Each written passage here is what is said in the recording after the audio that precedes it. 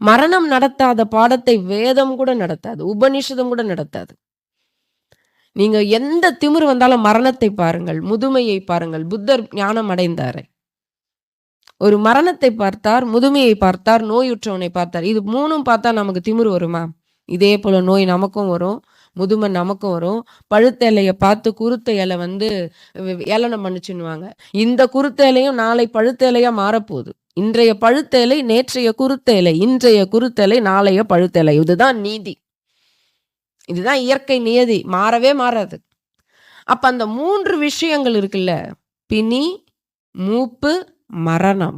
பார்த்து கூட மனிதனுக்கு எந்த பயமும் இல்லையேன்னு தான் மகாபாரதத்தில் தர்மர் அந்த யக்ஷனிடம் சொல்லுவார். எனக்கு மிகப்பெரிய அதிசயம் என்பது இந்த மனிதர்கள் நாளுக்கு நாள் ஒவ்வொரு மனிதனும் மரணம் அடைவதை பார்த்து கூட இவனும் மரணமடைவான் என்கிற சிறிய ஞாபகம் கூட இல்லாம வாழ்ந்துட்டு இருக்கானே, இதை பார்த்தாதான் எனக்கு அதிசயமா இருக்குன்னு இருப்பாரு. உண்மையிலே எனக்கும் அதிசயமா தான் இருக்கு. அந்த மரண பயம் என்பது ஏன்னா மரணத்தை பார்த்து பயம் இல்லை.